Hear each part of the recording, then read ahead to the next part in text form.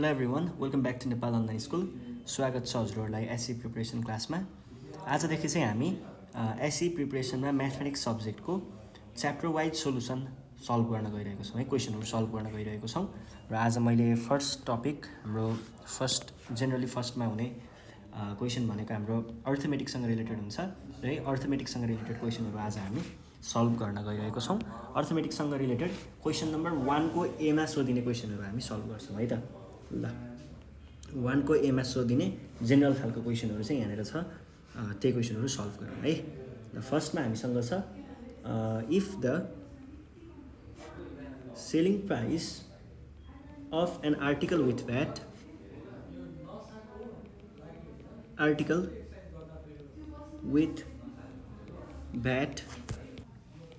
is rupees X and SP without VAT is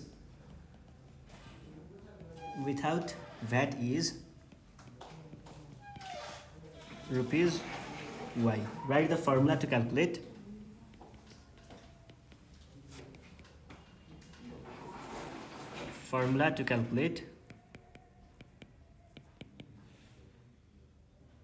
the rate of VAT भनेको छ है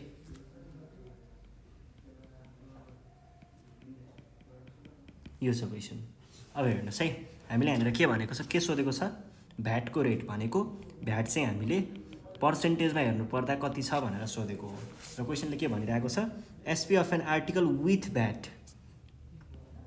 SP VAT जोडेर गर्दाखेरि कति भनेको छ एक्स भनिरहेको छ है विथआउट भ्याट भनेको कति भनेको छ विथआउट भ्याट भनेको चाहिँ रुपिज वाई भनेको छ भने पछाडि यो भनेको के भयो विथआउट भ्याट भनेको पहिलाको एसपी अनि यो भनेको फाइनल एसपी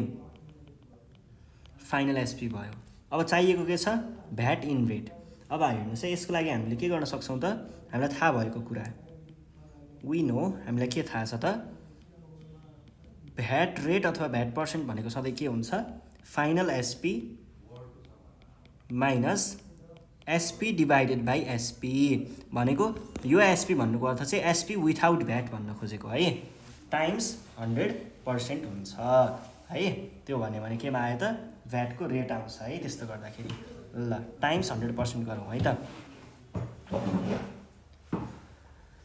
टाइम्स 100% भनेको के हुने भयो त फाइनल एसपी कति छ फाइनल एसपी क्वेसनले भनेअनुसार विथ भ्याट भनेको फाइनल एसपी हो है X minus Y by Y times 100% र यो नै हाम्रो के हो क्वेसनले सोधेको फर्मुला हो यो भइसके पछाडि अर्को क्वेसनमा जाउँ अर्को क्वेसनमा हामीलाई के भनिरहेको छ भन्दाखेरि राइट द फर्मुला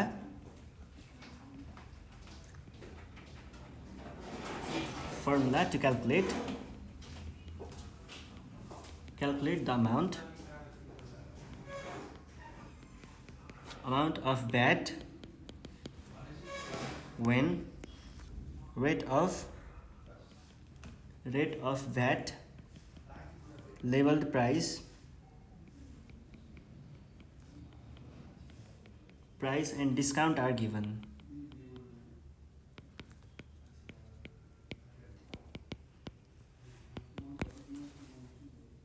यो भनेको छ right the formula to calculate the amount of VAT when rate of VAT labelled price and discount are given भन्ने है भनेपछि क्याल्कुलेट द अमाउन्ट अफ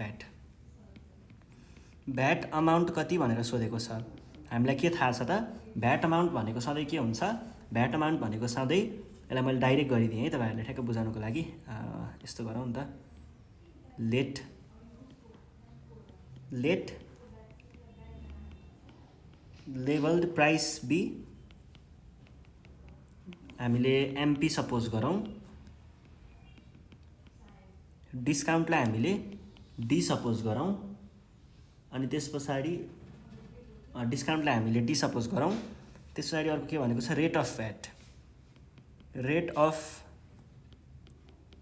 भ्याटलाई हामीले भी% भनेर यसरी राखौँ है अब भ्याट पर्सेन्ट राख्दा पनि हुन्छ यो राख्दा पनि हुन्छ हामीलाई चाहिएको के हो अमाउन्ट अफ भ्याट अब हेर्नुहोस् त वी नो हामीलाई के थाहा छ त भ्याट अमाउन्ट भनेको के हुन्छ भ्याट अमाउन्ट भनेको के हुन्छ भी पर्सेन्ट अफ एसपी हुन्छ है। भी पर्सेन्ट अफ एसपी भनेको के हुन्छ? भी पर्सेन्ट अफ एसपी। यो एसपी भनेको के हुन्छ? यो एसपी भनेको चाहिँ अब भ्याट इन्क्लुडेड भी पर्सेन्ट भइ नै हाल्यो। अफ भनेको टाइम्स राख्न सकिन्छ। त्यस पछाडि के हुन्छ? यो एसपी भनेको के हो? एमपी माइनस डिस्काउन्ट गऱ्यो भने एसपी आउने हो। भने पछाडि हामीले यहाँ के राख्न सकियो त? MP minus D. यति लेख्दा भयो। अथवा यसलाई मिलाएर लेख्छु भन्नुहुन्छ भने रेट अफ भ्याट अनि लेभल्ड price minus discount.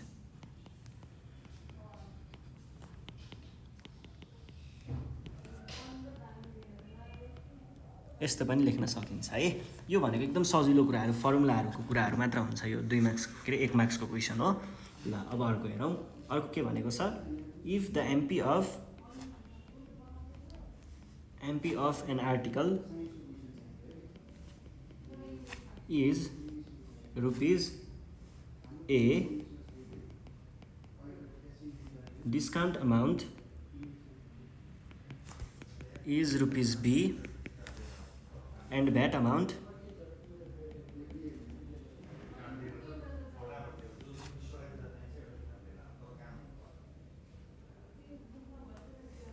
is rupees C, what is the rate of VAT? What is the rate of VAT भनेर भनेको छ। ल अब हेर्नुहोस् है, यहाँ के भन्यो? MP of an article is a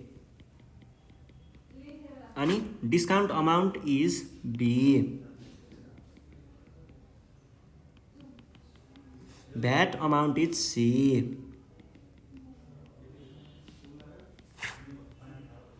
rate of VAT कति? रेट अफ भ्याट भनेको के हुन्छ? हामीलाई थाहा भए अनुसार चाहिँ we know rate of VAT भनेको के हुने थियो त? रेट अफ भ्याट भनेको सधैँ के हुन्छ? रेट अफ भ्याट भनेको भ्याट अमाउन्ट बाई एसपी। यो भनेको एसपी विथआउट भ्याट हो है, टाइम्स 100% हुन्छ। अब भ्याट अमाउन्ट कहाँबाट आउँछ फेरि? भ्याट अमाउन्ट चाहिँ हामीलाई क्वेसनले नै दिएकोलाई हामीले राख्न सकियो। कति भयो? C by SP. कहाँबाट आउँछ? एसपी भनेको चाहिँ एमपी माइनस डिस्काउन्टबाट आउँछ।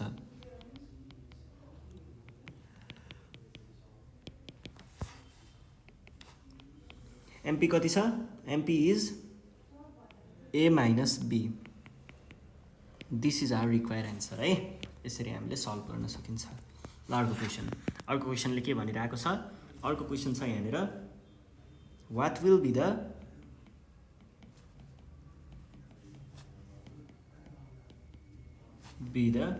VAT amount on the purchase of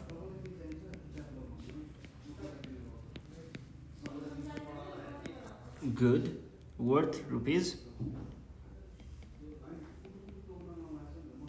X and Y%. यो भनेको छ है। ल यहाँ के भनेको भयो त? What will be the VAT amount on the purchase of a good worth rupees यति एन्ड यति। What will be the VAT amount हामीलाई सोधेको छ। भ्याट अमाउन्ट कति भनेर, कति? पर्चेज अफ गुड वर्थ यति, सरी रुपिज एक्सको के भयो? पर्चेज भनेपछि एसपी भनेको सेलिङ प्राइस भनेको एक्स भयो। भ्याट अमाउन्ट आयो, एसपी आयो। अब त्यस पछाडि भ्याट अमाउन्ट खोज्नुपर्ने, एसपी आयो। अर्को हाम्रो भ्याट रेट दिएको छ यहाँनिर, भ्याट रेट है। भ्याट रेट कति दिएको छ? Y%। यदि यो इङ्ग्लिसमा लेखेको पढ्दा बुझिएन भने नेपालीमा पनि पढ्ने एकचोटि है। ल अब हेर्नुहोस्, अब यहाँनिर के भयो त? हामीलाई एसपी दियो, भ्याट रेट दियो, चाहियो के? VAT amount. एकदमै सजिलो छ, हामीलाई थाहा भएकै फर्मुला। वी नो कहिल्यै पनि भ्याट रेट भनेको कसरी आइरहेको हुन्छ? भ्याट रेट भनेको यहाँनिर कन्फ्युजनको एउटा पोइन्ट आउँछ, त्यसैले मैले यही फर्मुला युज गरेको है। भ्याट रेट भनेको चाहिँ VAT amount by SP times 100%ले आउँछ है। अब हेर्नुहोस् है, भ्याट रेटमा यदि तपाईँहरूले Y% राख्नुभयो भने भ्याट अमाउन्ट कति छ थाहा छैन, बाई एसपी। एसपी त एक्स छ, हेर्नुहोस् है, यहाँनिर तपाईँहरूले पर्सेन्ट राख्नुभयो भने यहाँ पनि पर्सेन्ट राख्ने, यदि यता वाइ मात्रै लेखिएको छ पर्सेन्ट लेखिएको छैन भने यहाँनिर पर्सेन्ट राख्न पाइँदैन है, यतिकै डाइरेक्ट गर्दा हुन्छ। यो पर्सेन्ट दुवैतिरको काटिन्छ क्या खासमा, यसलाई काट्दा भयो। अब यो वाइलाई यता मल्टिप्लाई गर्ने कति आयो XY, यो 100लाई यता डिभाइड गर्ने कति आयो VAT amount, or VAT amount भनेको के रहेछ त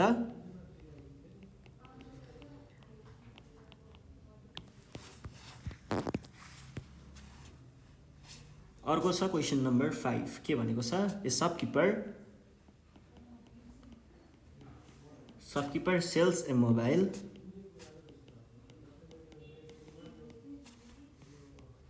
set and receives rupees B with VAT rupees A. What is the price of mobile set?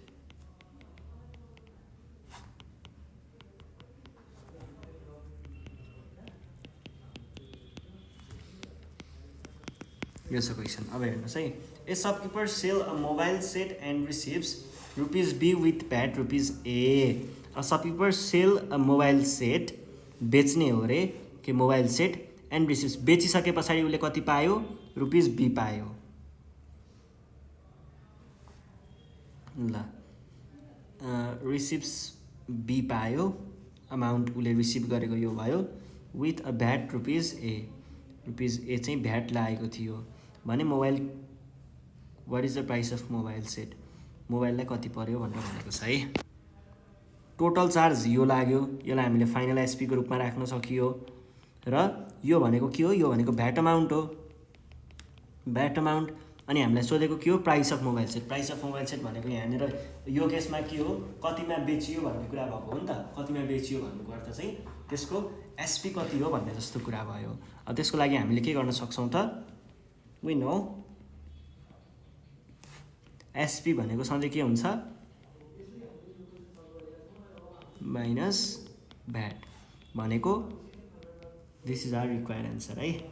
ल अर्को क्वेसनमा जाउँ। अर्को क्वेसनले के भनिरहेको छ भन्दाखेरि, according to today's exchange rate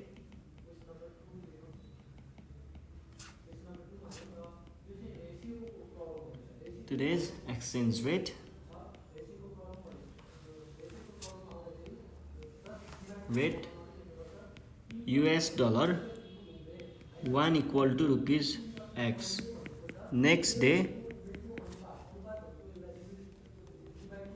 if Nepali rupees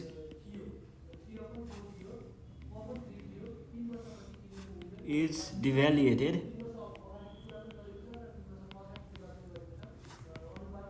by 10% in comparison to American dollar,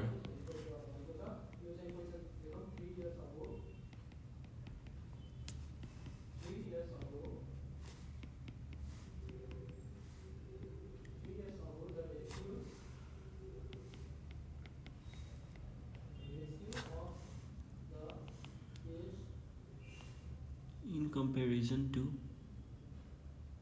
American dollar रहेछ हौ, to American dollar,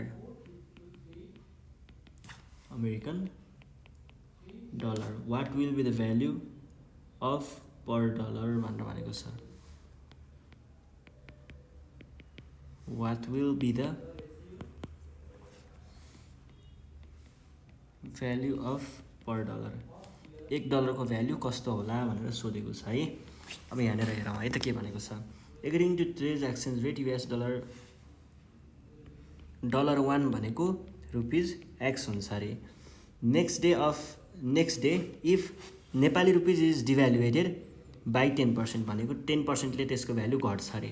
मानिलिउँ नेपाली रुपिज यो पर्टिकुलर डेको लागि 1 थियो भने नेक्स्ट डे चाहिँ के हुने भयो त 0.1 ले घट्ने भयो भनेको के हो 0.9 हुने भयो भन्ने जस्तो बुझिन्छ है।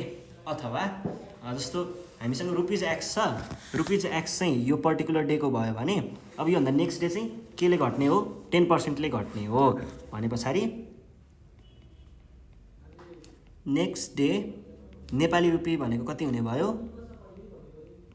नेपाली रुपी भनेको चाहिँ रुपिज एक्सबाट कति घट्नु पऱ्यो 10%, के को त्यही रुपिज एक्सको 10% अफ एक्स भनेको कति हुन्छ 10% अफ एक्स भनेको कति भन्ने भयो त